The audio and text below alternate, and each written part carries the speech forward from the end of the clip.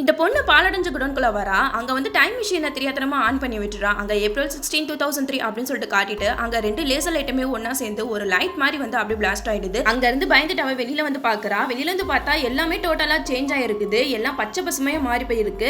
அது மட்டும் இல்லாம போன் எடுத்து செக் பண்ணி பாக்குறா. போன்ல சுத்தமா சிக்னலும் இல்ல. சரி சிட்டிக்குள்ள போய் பாப்போம் அப்படின்னு போய் பார்த்தா போஸ்டர்ல 2003ன்னு காட்டுது. அது மட்டும் இல்லாம சின்ன வயசுல இறந்து போனா அவங்க அக்காவையும் அவ பாக்குறா. அவங்க அக்கா இறந்து போறதுக்கு இன்னும் 3 நாள் தான் இருக்கு.